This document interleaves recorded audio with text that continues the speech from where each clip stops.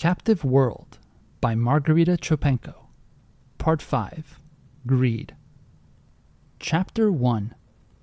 The August night was pleasantly warm in northern France in that distant year of 1416.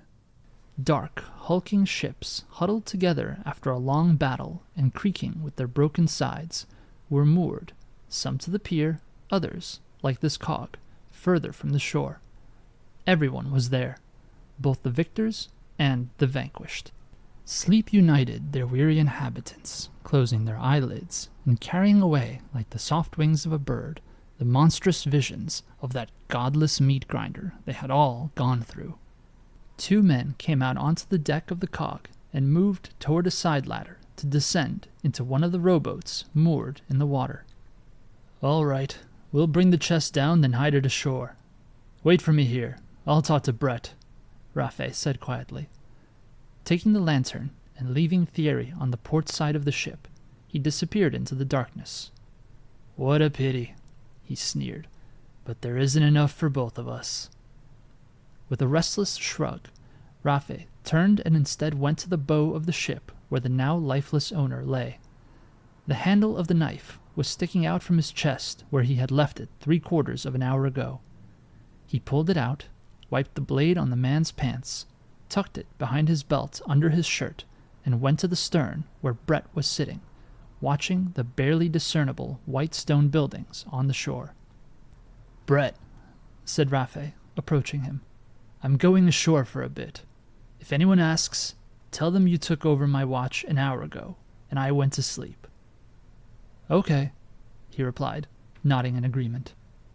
Returning to where he left Thierry, Rafe did not see his companion, but when he shone his light on the deck, he saw the wooden chest. "He's run away," he thought darkly, opening the lid and checking its contents. All the materials and furs were there. Of the 4 bags of jewelry, only 2 remained. "He divided it up. Well, so be it," he thought with annoyance, taking the loot and climbing down the rope ladder into the boat. So he climbed down the ladder and is now swimming to shore. "I'll let him be," he decided. "He's saved me from temptation." Stepping into the boat, he took off his knife, threw it under the bench, picked up the oars, pushed off from the ship, and began to row.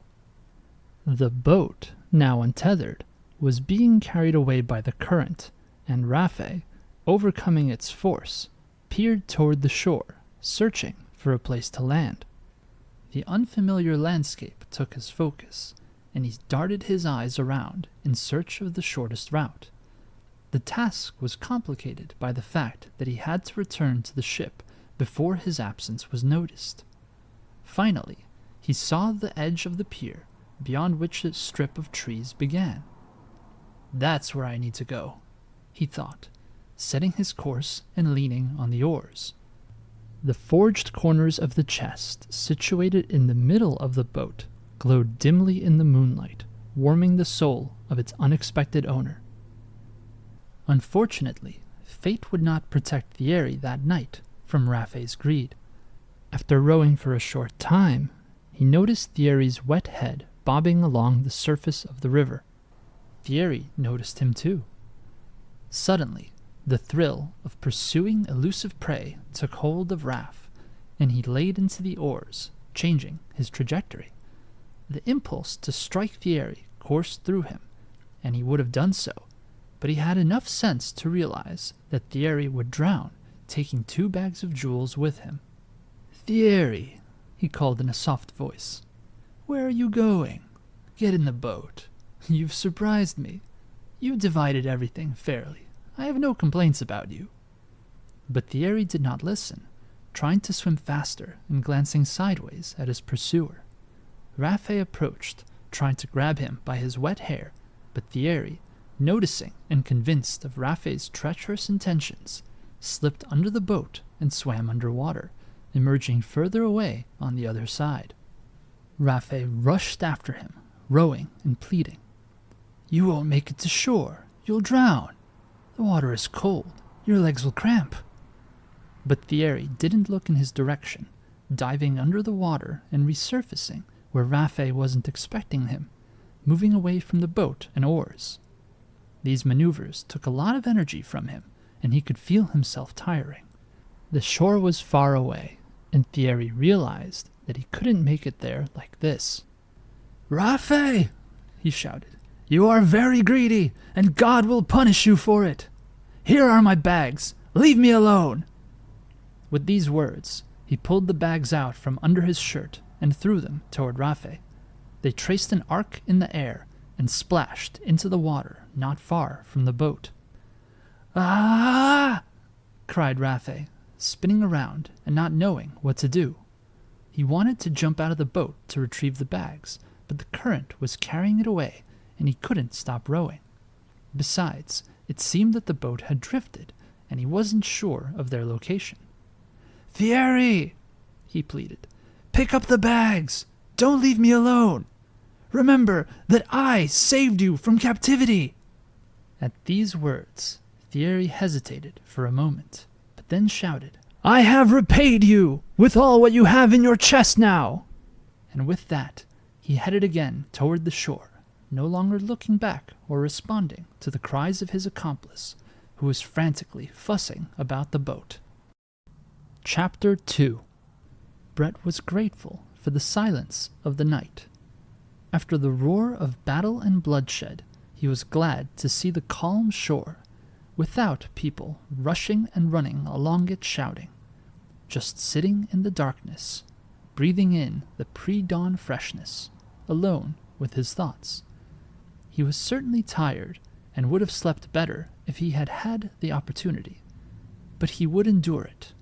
Tomorrow he would be relieved, and he would rest then. So he thought as he watched the silvery flow of the river and did not notice when he fell asleep.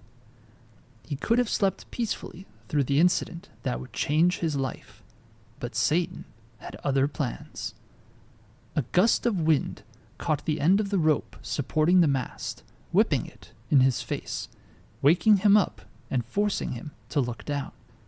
The young man saw someone split off from the side of the boat and swim toward the shore, and soon after he saw a boat with his father on board. It's strange that the swimmer isn't in the boat, he thought sleepily, and began to watch the two. Inevitably, the boat caught up with the swimmer, and the person sitting in it obviously offered him to use it. However, the swimmer seemed to have his own plans, as he was trying his best to get away from it, trying to escape. What's going on? Brett thought, and tried to listen to his father speak. Unfortunately, it was impossible to make out the words, so he watched the scene unfold. Apparently, persuasion didn't help, Brett concluded, because Raffe got angry and seemed to want to strike the man in the water with an oar, but the man slipped away and disappeared from the surface. I wonder who that could be, Brett thought. Maybe one of the prisoners escaped? The truth suddenly dawned on him.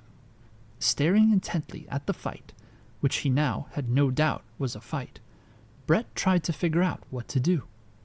His father didn't say anything about this. Looking at the events from a new perspective, the young man decided that there was no need to worry too much. His father would manage, being in a more advantageous position. But just in case, he placed a bow and arrows next to himself. Thierry was already quite far away when Raffe realized two things. First, he couldn't retrieve the bags of jewels from the bottom of the river, and second, he couldn't let his accomplice go, if only because he would surely see where Raffe was going and where he would hide his treasure on the shore. A cunning man himself, he considered everyone else to be the same. "Oh," he thought, "what a sly fellow this Thierry is, sinking the bags. But what has he lost? Nothing. He'll take the chest tonight as soon as I return to the ship, and he'll get the bags later when the opportunity arises. What a bastard!" Raffe thought angrily as he pushed down on the oars, rushing to intercept him. The boat reached Thierry, and the oar, thrust by Raffe, hit him in the head, but only glancingly, as at the last moment he managed to dodge and, grabbing the edge of the oar, thrust it back into the man holding the other end. Rafe did not expect this and was unable to avoid the blow, taking it in the chest. He grabbed the oar with both hands and pushed back into Thierry with it, trying to wrest it from his hands. But Thierry, fighting for his life with all his might, tightened his grip on the oar and leaned onto it, trying to lever it down towards the underside of the boat. The boat would not have capsized if Rafe had let go of the oar, but he did not want to lose it. Instead, before he could even react, he found himself in the water, completely submerged. The next thing he noticed was the gleam of the iron-bound lid of the chest as it sank heavily into the water. This adventure that had begun so radiantly ended ingloriously for the chest, putting the life of its new owner at risk. Finding themselves on equal footing, the two men no longer simply fought for their lives, but because they could not suffer the other to live. "Why did you show up here?" Rafe hissed viciously in the water, trying to grab his opponent by the throat. Thierry remained silent, but he was better at staying afloat, and his movements were more precise. He managed to grab Rafe by the shoulders, climbed on top of him from behind, and began to drown him, pressing down with his body weight.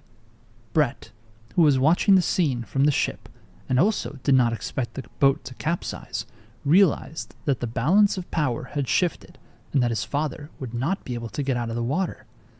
He raised his bow, nocked an arrow, and shot it at Thierry's broad back, most of which in that moment was above the water.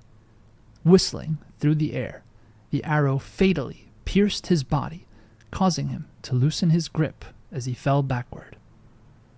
Chapter 3.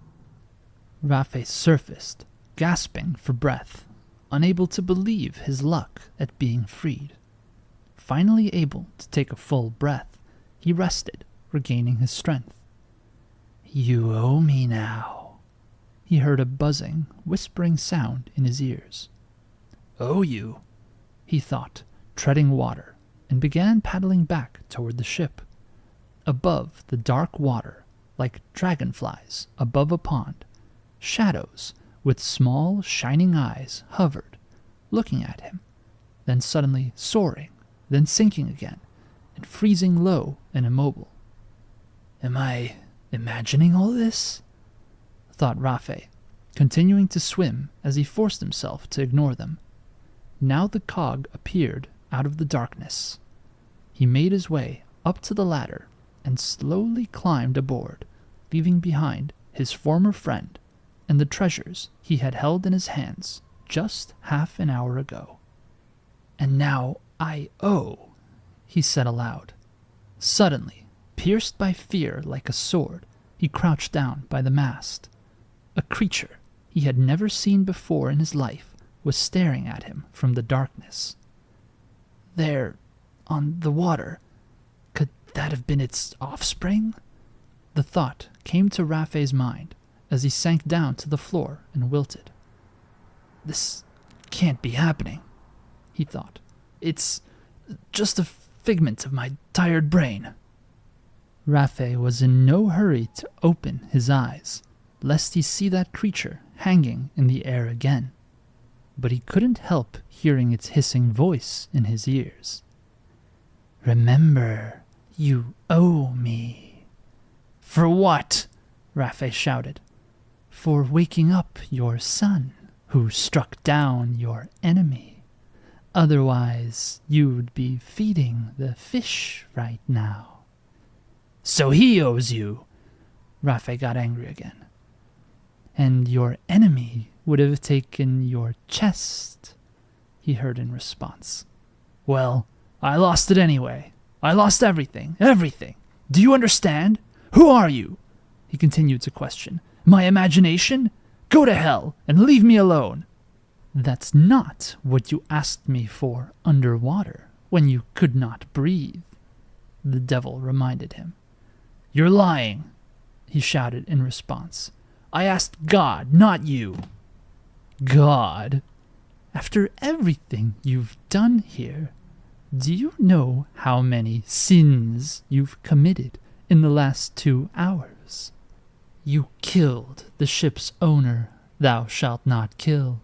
You stole someone else's treasure, thou shalt not steal. You betrayed your friend, thou shalt not betray.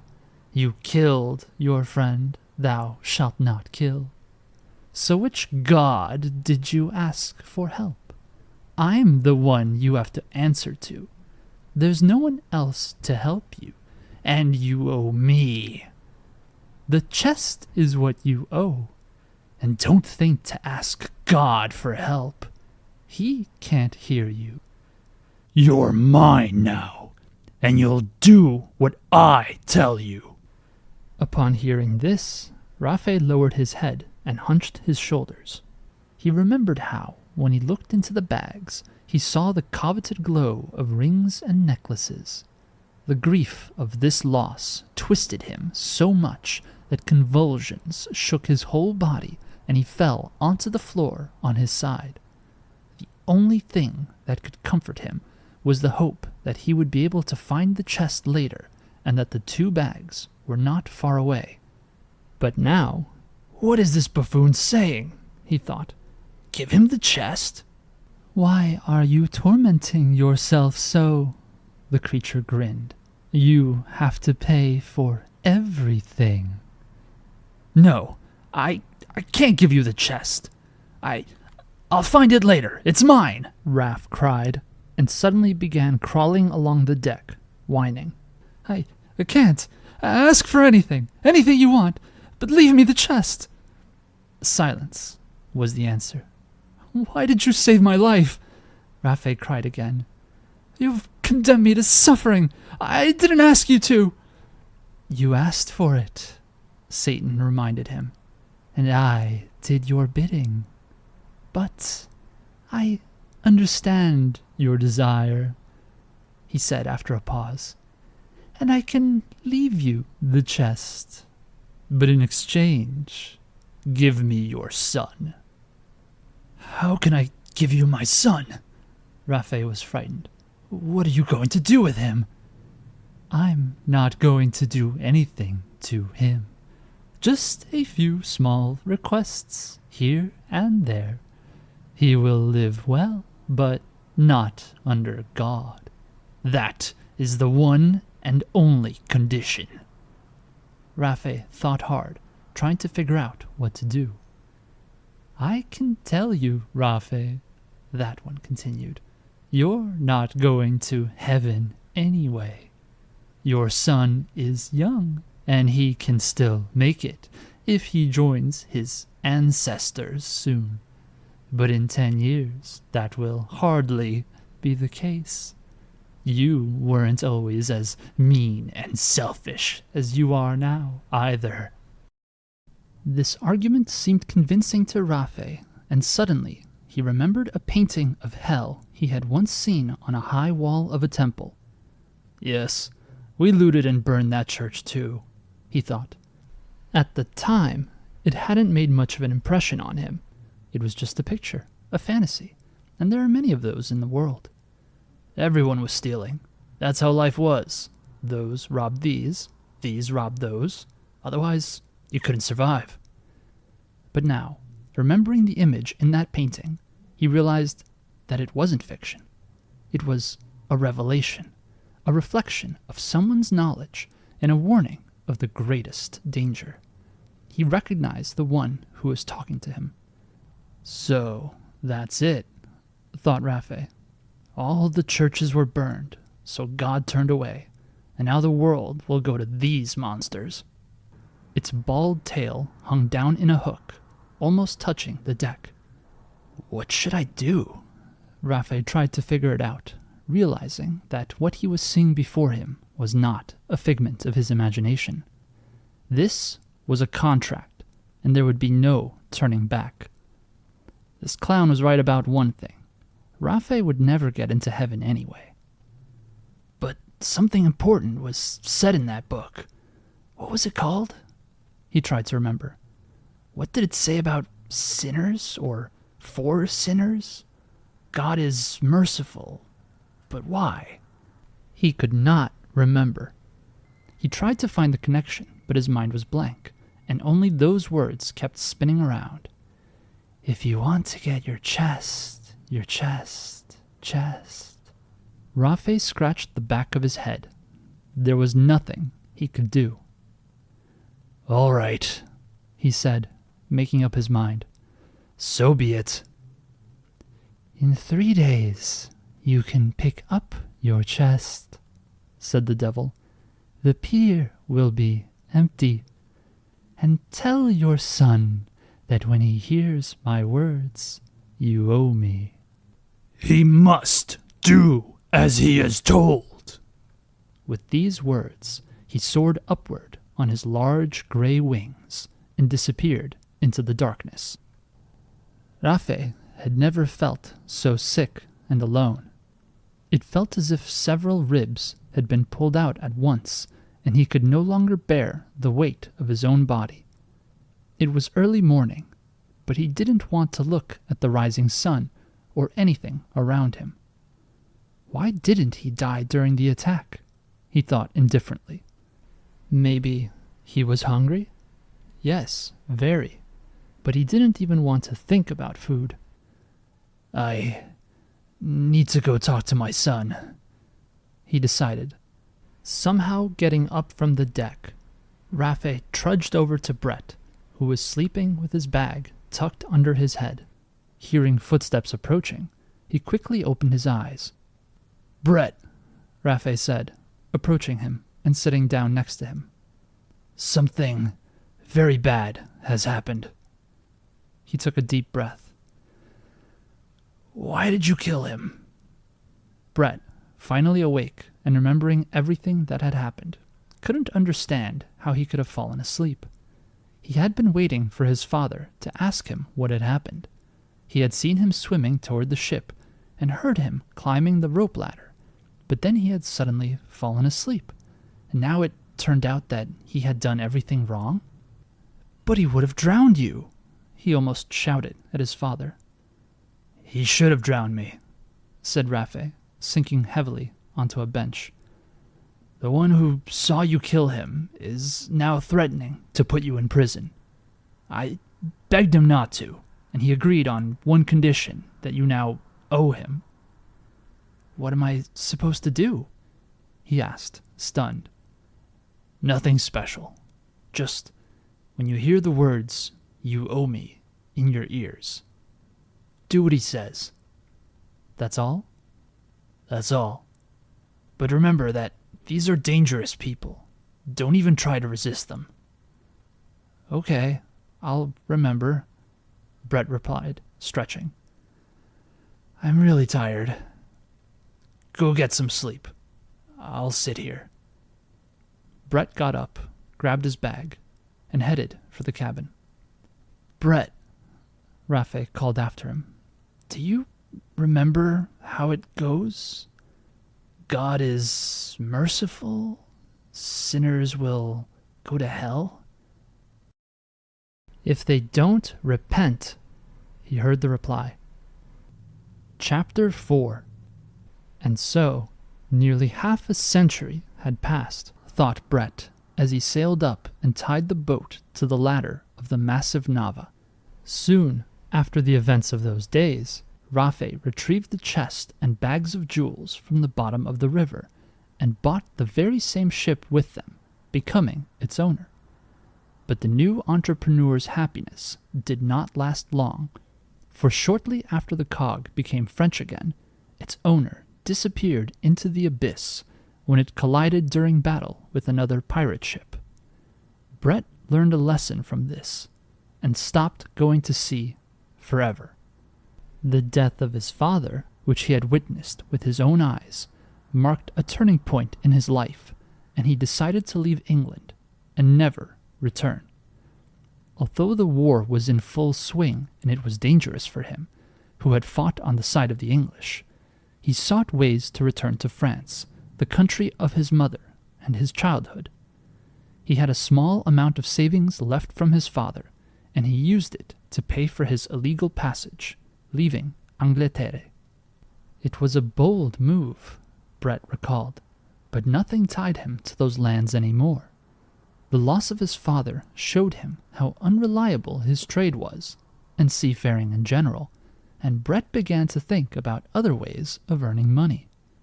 However, what kind of work could he do on shore? Coming to the conclusion that he already knew something about ships and life on board, it became clear that he should look for work in ports and see how lucky he would be. Unfortunately, his native Amiens, where his mother lived, was not suitable. He needed a city with a large river with ships sailing on it, preferably located deep in the continent, far from the seacoast. The choice fell on the Seine and the city of Troyes on its southern shore. Upon arriving in France, Brett decided to change his name back to his original French name, Samuel, and was very pleased with this decision. He met his mother and lived in Amiens for a year, regaining his French, which he had spoken and written since childhood, and no one doubted his French origins, except perhaps for the color of his blonde hair. But by that time it was no longer a novelty in northern France. Noisy Troyes offered hope. After bumping around among people like himself, young and looking for work, Samuel got a job as a loader at one of the companies. Although the pay wasn't great, so even saving on food wasn't enough to afford a separate room, he found a place to live with roommates and managed to get by.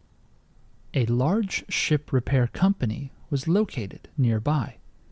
Sam wanted to get a job there to learn something worthwhile, and one day, in the middle of the season, he was given that opportunity.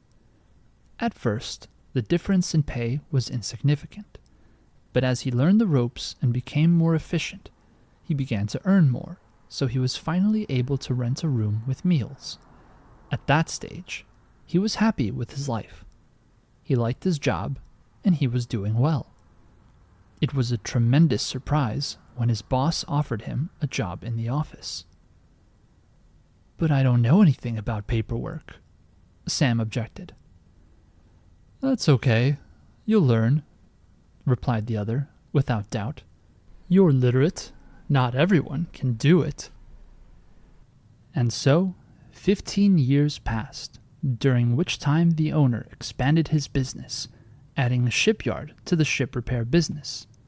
Sam grew and learned the skills and techniques of running a business, making ends meet in accounting, studying the differences in price and quality of building materials, the intricacies of customs duty laws, and the rudeness and resourcefulness of hired workers. If Sam was unlucky with his father, and his attempts to teach his son the maritime trade on a cog were not taken into account, then he was truly lucky with his boss. Monsieur Chenard was much older than him and had a calm, one might even say phlegmatic, disposition.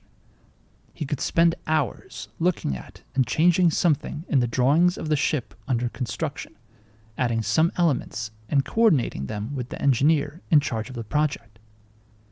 Rarely raising his voice on the construction site, he never raised it in the office, even when Sam's work was initially riddled with flaws and mistakes. Sam's salary increased significantly, and he began to consider marrying his boss's niece, Colette, whom he had met at their Christmas party. It was then that the first crack appeared in Sam's life, showing him his place in the world. It is God who allows everyone to build their own destiny, not Satan. The forces of darkness find a place for their slaves and pin them to it. They need gears that reliably turn their millstones, and those who fall into their net have no choice in the matter. July of 2023.